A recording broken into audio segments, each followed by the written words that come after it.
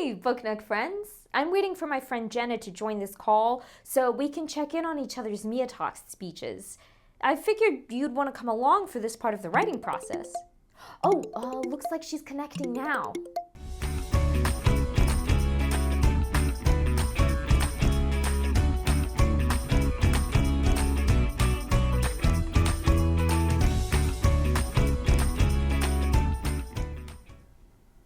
Hey, Jenna, how are you? Hi, Caroline. How's your writing going? Pretty good. I've organized all my notes into a paragraph and I think I'm ready. Oh, wow. Why don't you practice reading it to me? All right, let me share my screen so you can see what I have so far. Okay, here goes nothing. Wolves are amazing animals that live in many places around the world. They have special physical and behavioral traits that help them survive where they live. Wolves have thick fur. This fur keeps wolves warm. Wolves have sharp teeth. Wolves have strong jaws. They also have a strong sense of smell. These are important for hunting and eating prey. Wolves live in groups. This helps them hunt and protect each other. The pack stays together in one area of land. Wolves communicate by howling.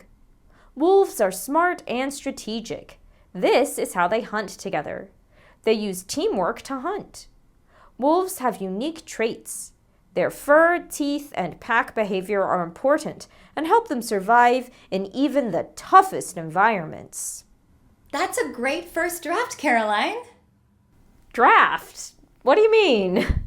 Oh, a draft is like your first attempt at writing something. All authors write a first draft to get their ideas down.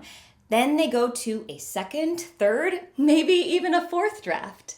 Oh, no. Does that mean I have to do it again? Not exactly. You're not starting over or changing everything you've already written. Think of it as making your writing even better. Remember, good writing takes time. Even the best authors usually need several drafts to say exactly what they want to say. Didn't you tell me the Mia Talks invitation came with a model text? Maybe you can take another look and see what techniques that author used to make their writing more engaging. Yeah, that is a great idea. I'm going to try that. Perfect. Call me back and let me know what you've learned. I'm a little bummed my writing isn't complete like I thought it was, but Jenna is right. The goal of my first draft was to get my ideas connected and organized in the right places. Remember my hamburger organizer? Now I can take the time to revise and make my writing more meaningful and interesting. Before I try to revise, I'm going to analyze the model piece about the fennec fox to understand how authors use different techniques to make their writing interesting and fun to read. I'll make notes on my own writing so I know what changes I can make. Let's reread the model first. In the vast, scorching deserts of the Sahara, one of the hottest places on Earth, an extraordinary creature thrives. This adorable animal is the fennec fox. Despite the harsh environment, the fennec fox has many physical and behavioral adaptations that help it survive. One of its most noticeable features is its large ears, which help heat escape the fox's body. The fennec fox also has thick fur on the bottoms of its feet to protect against the blistering hot sand.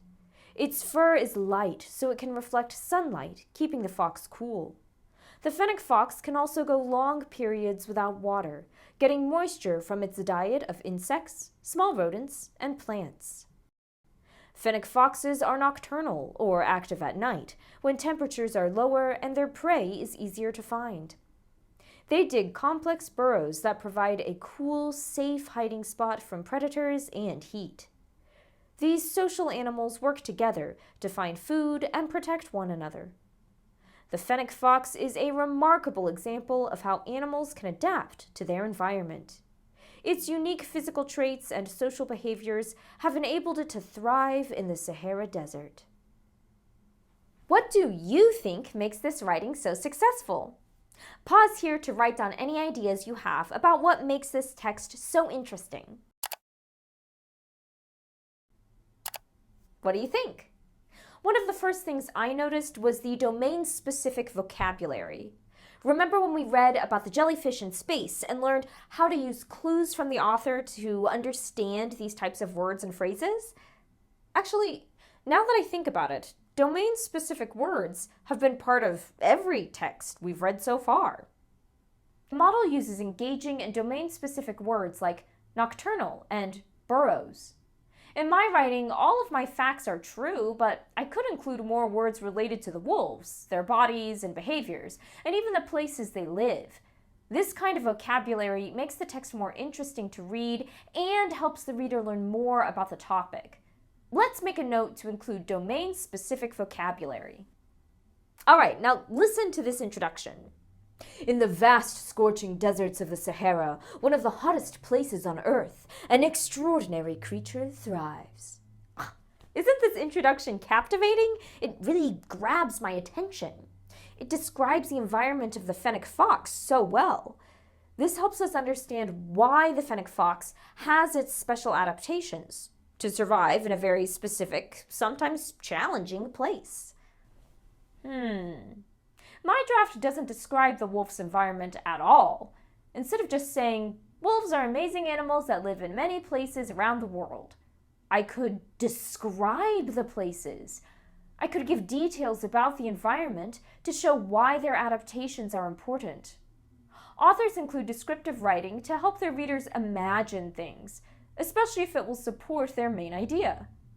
Let me write a note to add descriptive language. Okay, now listen to these sentences closely. One of its most noticeable features is its large ears, which help heat escape the fox's body. The fennec fox also has thick fur on the bottoms of its feet to protect against the blistering hot sand. Its light-colored fur reflects sunlight, keeping it cool. Now listen to my draft. Wolves have thick fur. This fur keeps wolves warm in cold temperatures. Wolves have sharp teeth. Wolves have strong jaws. Do you hear a difference? Pause here to write down how you think I might be able to improve my writing. In my draft, I have a lot of short, basic sentences. They make my speech sound kind of choppy, kind of like a robot. In the model piece, the author combines ideas using words like which and punctuation to connect thoughts. Using different sentence lengths to connect ideas can make the writing sound more natural, more like the way we speak in conversation. Let's write a note to remind us to connect related ideas. All right, I think we did it. Today we learned that good writing takes time and usually requires several drafts. By analyzing the techniques used in the fennec fox model text, we've learned that authors of informational texts use domain-specific vocabulary, descriptive language, and connected ideas to make their writing engaging and fun to read. Focusing on these three techniques is a great place to start to improve our own informational writing. I'm going to call Jenna and let her know what we learned. You keep practicing by looking for these techniques in other informational texts. Be sure to come back soon for our next video, where I'll be making these changes to my wolf writing, and in the meantime, keep reading, keep writing, keep working on those goals. Hey, hey.